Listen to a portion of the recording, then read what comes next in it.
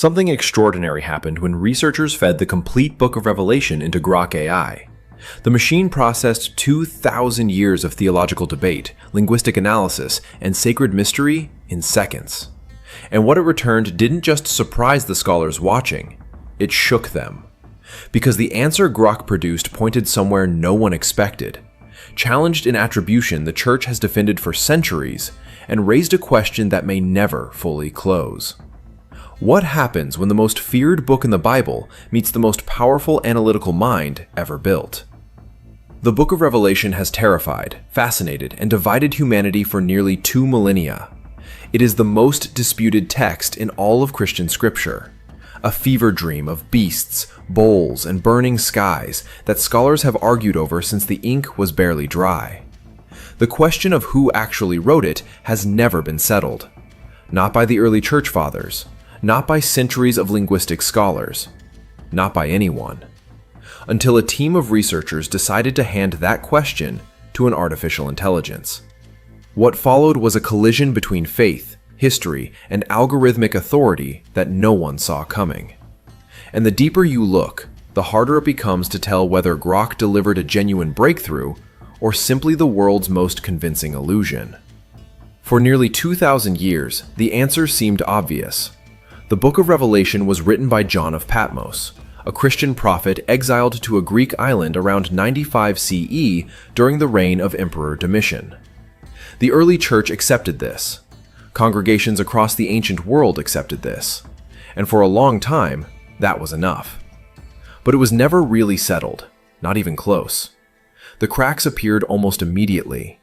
Within the first few centuries of Christianity, prominent voices inside the church itself began raising uncomfortable questions about exactly which John had put stylus to parchment.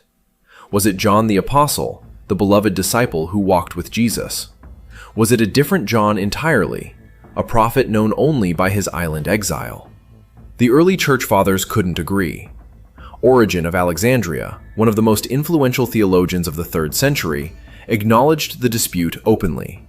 He accepted Revelation's authority, but flagged the authorship as genuinely uncertain. Then came Eusebius of Caesarea. In 313 CE, writing what would become the foundational history of the early Christian church, Eusebius did something remarkable. He listed the Book of Revelation twice, once among the accepted texts, and once among the disputed ones. That wasn't an accident or a clerical error. Eusebius was signaling that the question of who wrote Revelation was, in his view, legitimately unresolved. A bishop and historian of his standing, placing a canonical text in the disputed column, was the ancient world's equivalent of a red flag planted in sacred ground. The problem didn't go away, it deepened. When scholars began applying serious linguistic analysis to the text, comparing the Greek of Revelation to the Greek of the Gospel of John and the Epistles of John, they found something that was difficult to explain away. The writing styles are dramatically different. The Gospel of John is written in relatively simple, elegant Greek. Spare sentences, meditative rhythm, a quality that scholars describe as deliberately plain, almost serene. Revelation is something else entirely. Its Greek is dense, irregular, and filled with grammatical constructions that violate standard rules in ways that feel intentional rather than careless. The imagery is volcanic. The syntax strains under the weight of what it's trying to describe. Several prominent New Testament scholars, including Raymond Brown and David Aune, have argued that the linguistic gap between the two texts is simply too wide to be explained by the same author writing in different moods or for different audiences. These aren't minor stylistic variations. They read, according to Aune's exhaustive 3-volume commentary, like the work of two entirely different minds. So here is where the history actually stands before Grok enters the picture. 2,000 years of debate. Church fathers who couldn't agree. A 4th century historian who publicly hedged. And modern linguistic scholarship that has consistently found the textual evidence pointing away from a single Johannine author. The question was never answered. It was managed, passed from generation to generation, draped in theological authority, and quietly set aside whenever it became too uncomfortable to pursue. And then someone fed the entire book of Revelation into an artificial intelligence and asked it to look without blinking. What Grok found inside that ancient text didn't just add another voice to the existing debate. According to the researchers who ran the analysis, it reframed the question entirely. The machine wasn't swayed by tradition.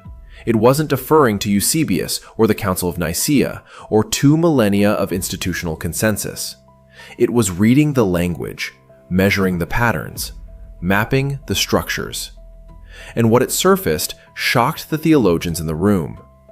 The question now isn't whether scholars were wrong for 2,000 years. The question is whether a machine finally found what human eyes, trained to believe, were never quite able to see. Here is what actually happened when researchers fed Grok the full text of Revelation. Not a summary, not a modern translation, the complete ancient manuscript data, cross-referenced against thousands of pages of first-century historical records, Dead Sea Scroll fragments, and comparative apocalyptic literature from the same era. What the AI returned was not a vague spiritual interpretation. It was a structural map. And one pattern kept surfacing, over and over, with a precision that made the room go quiet. 7. The number 7 appears in Revelation not as decoration, but as architecture. Grok identified 7-fold numerical structures threaded through the seals, the trumpets, and the bowls, with a mathematical consistency that no single human reader cataloging the text by hand had ever fully charted. Scholars had noted the 7s before, of course, but Grok didn't just count them. It mapped their relationships to each other, the spacing, the sequencing, the mirrored symmetry between the opening seals and the closing bowls. The AI flagged this as a deliberate compositional choice, not a cultural habit or a coincidence of translation. Someone built this text the way an architect builds a cathedral. Every beam load-bearing, every measurement intentional. Then came the second finding, and this one unsettled the literary scholars in a different way entirely. Grok detected authorial voice shifts inside the text itself, measurable ones. The vocabulary density changes, sentence construction patterns shift. The emotional register moves from visionary and ecstatic in certain passages to precise and almost legalistic in others. Grok's language analysis flagged at least 2 distinct compositional voices embedded in the final manuscript. This is not a new theory. Scholars have debated composite authorship for decades, but no one had run the statistical fingerprinting at this scale before, across this volume of comparative ancient text. And Grok didn't just agree with the existing debate. It narrowed it, pointed to specific chapters, gave structural evidence, not just scholarly intuition. But the finding that sent content creators into a spiral was the third one: Grok's prophetic timeline analysis. When researchers asked the AI to map the symbolic chronology of Revelation against documented historical events, it produced a sequence of interpretive dates, specific windows, the kind of output that, when you see it on a screen, looks less like a language model completing a prompt and more like something that understood what it was reading. Creators who encountered this output described genuine shock, not because the dates were necessarily correct, but because the reasoning was coherent, internally consistent. The machine had built a logical case, step by step, from the text outward. And that is exactly where you need to pause, because there is a critical difference between a machine that reasons coherently and a machine that reasons correctly. Grok is extraordinarily good at the former. Whether it is capable of the latter, when the subject is 2,000-year-old sacred prophecy, is a question that nobody in that room had a clean answer to. Is this machine insight? Or is it machine hallucination dressed in the language of discovery? Stay with us, because the answer depends entirely on something Grok's creators have never fully disclosed. Here is a specific claim that Grok's own developers have confirmed, and it changes everything about how you should interpret its revelation analysis. Grok does not search only neutral databases when forming answers on sensitive topics. It actively searches X, formerly Twitter, and it incorporates content from that platform, including content shaped by Elon Musk's publicly stated views, into its responses. This is not speculation. It is a documented feature of how the model was built. Think about what that means for a moment. When you ask Grok to decode a 2,000-year-old sacred text, you are not querying a neutral archive. You are querying a system whose training and real-time search behavior reflects a specific living person's worldview. That person has opinions about religion, about prophecy, about the nature of truth itself. Those opinions do not vanish when the prompt changes. Transparency researcher Thomas Maybrier put it plainly when he examined Grok's architecture. His assessment was direct. When a tool is designed to reflect the perspective of its architect on sensitive questions, he said, it stops being a tool for discovery. It becomes a tool for confirmation. That is a precise and damaging distinction. Discovery means you might find something that surprises you, something that challenges what you already believe. Confirmation means the answer was always going to bend toward a particular shape, regardless of what the evidence actually says. Apply that to Revelation. The book of Revelation is not a neutral text. It has been interpreted by billions of people across 2 millennia as a direct communication from the divine. Its authorship, its symbolism, its prophetic timeline, these are not academic puzzles. They are living questions for communities of faith around the world. When Grok produces an analysis of that text, it is not producing a peer-reviewed conclusion. It is producing output filtered through layers of training data, fine-tuning decisions, and real-time search results from a platform owned and curated by one of the most ideologically distinct figures in modern technology. And here is the corroborating detail that makes this even harder to dismiss. Grok's bias is not random. Random bias would at least be unpredictable, which would make it easier to identify and discount. Grok's bias is directional. It trends toward the perspectives embedded in its architecture, which means when it tells you something about Revelation, about who wrote it, about what the symbols mean, about when the prophesied events might occur, it is not giving you the text's answer. It is giving you a version of the text's answer that has been processed through a very particular ideological lens, one that was never designed with biblical scholarship in mind. Theologians who reviewed Grok's Revelation output noted something interesting. The places where the AI was most confident were often the places where the existing scholarly debate is most unresolved. Grok did not hedge where humans have hedged for centuries. It produced clean, confident conclusions in exactly the zones where intellectual honesty demands uncertainty. That is not a sign of deeper understanding. That is a signature of bias filling in the gaps that evidence cannot. So the real question is not what Grok found inside the book of Revelation. The real question is who is actually answering when you ask. Is it the AI? Is it the ancient text? Or is it the architect standing behind the machine, whose fingerprints are on every answer it gives, whether you can see them or not? Here is what the data actually shows when you zoom out from any single Grok video and look at the pattern across the platform.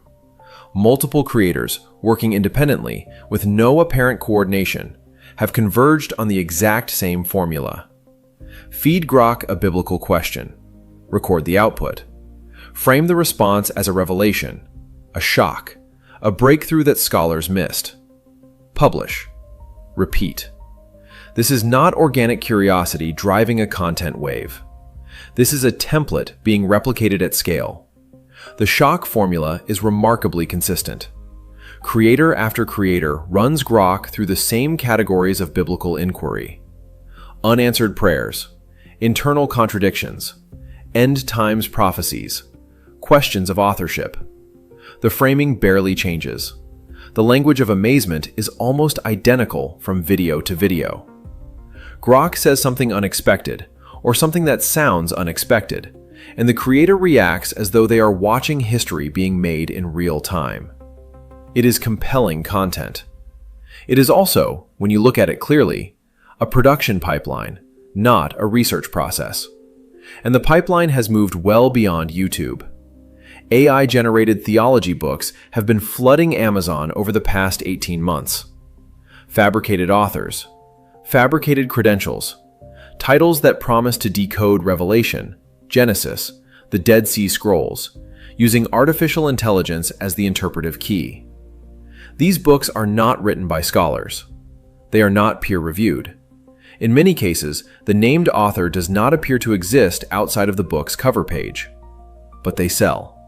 Because the audience hungry for this kind of content is real, and the supply of legitimate scholarly work is slow and dense and difficult. AI-generated theology is fast, confident, and formatted for consumption. What Grok has become, inside this ecosystem, is a dramatic authority device, not a research tool, not a peer-reviewed analytical system, a device that produces outputs that sound authoritative, that carry the aesthetic of discovery, that give content creators a credible-sounding voice to quote. The machine says it, therefore it must mean something. That is the logic driving the wave, and it is a logic that has almost nothing to do with whether Grok's analysis of Revelation is actually correct. Scholars who study the sociology of religious misinformation have a name for this kind of dynamic. They call it authority laundering. You take a claim that would be dismissed if a random person made it. You pass it through something that looks like a rigorous system, and you present the output as validated truth. Grok is extraordinarily effective as an authority laundering device because it sounds precise. It cites structures. It produces numbered patterns and chronological frameworks. It gives the impression of having done the work. Whether it has actually done the work is a separate question entirely. And here is where the open loop becomes genuinely dangerous. If millions of people are consuming Grok's Revelation analysis through viral videos and AI-generated books, and if that analysis is shaped by bias, by training decisions, by the worldview of its architect, then the question is not just academic. The question is, what happens to faith communities when the most accessible interpreter of their sacred texts is a machine with a hidden agenda? What happens to the conversation about who really wrote Revelation when the loudest voice in the room is also the least accountable? That is not a content problem. That is something much larger. And it is still unfolding right now. The real revelation was never about John of Patmos. Algorithmic oracles are the new apocalyptic literature. Approach them with equal parts awe and suspicion. Comment your thoughts below, subscribe, and we'll see you in the next revelation.